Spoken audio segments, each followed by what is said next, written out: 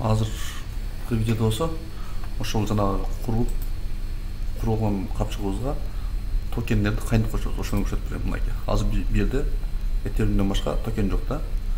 Мисалы, мынакей CoinGecko деген сайтты ачтым мен. Бул жерден токендер кайсы бир токен сатып алгандан кийин мисалы аны кошуш үчүн ошол биздин немегечи капчыгыбызга кошуш үчүн мисалы мынакей мына жерге туруп муну бассаңыздар, мына жердеги ошо блокчейндердин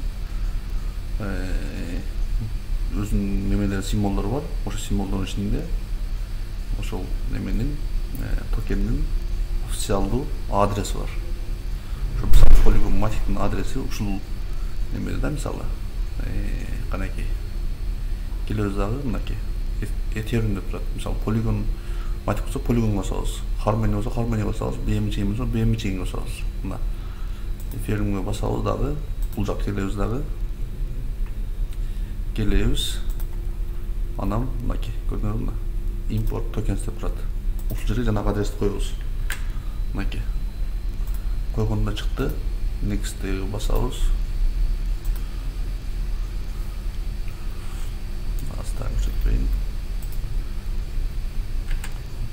Мына чыкты. Басабыз. Мынакей. Вот. Ушундай мисалы сатып алгансаңар, канча сатып алсаңар. Ушул кийин ушул жака чыгып берет да. Уже силердин мындай немеңер да, активтериңер да, мындай Ethereum бар, Matic бар. Ушунун мисалында эле башка немелерди ушул жака кошо берсе болот.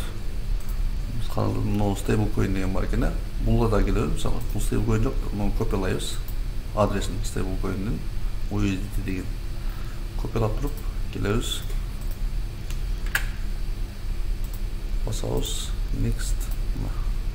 Эгер бизде USDT stablecoin болгондо, мисалы $100 болсо $1000, ал ушул жерден дароо чыкмак. Ошондо биз алып сатсак болмок да. Ошондой кыскача ушундай.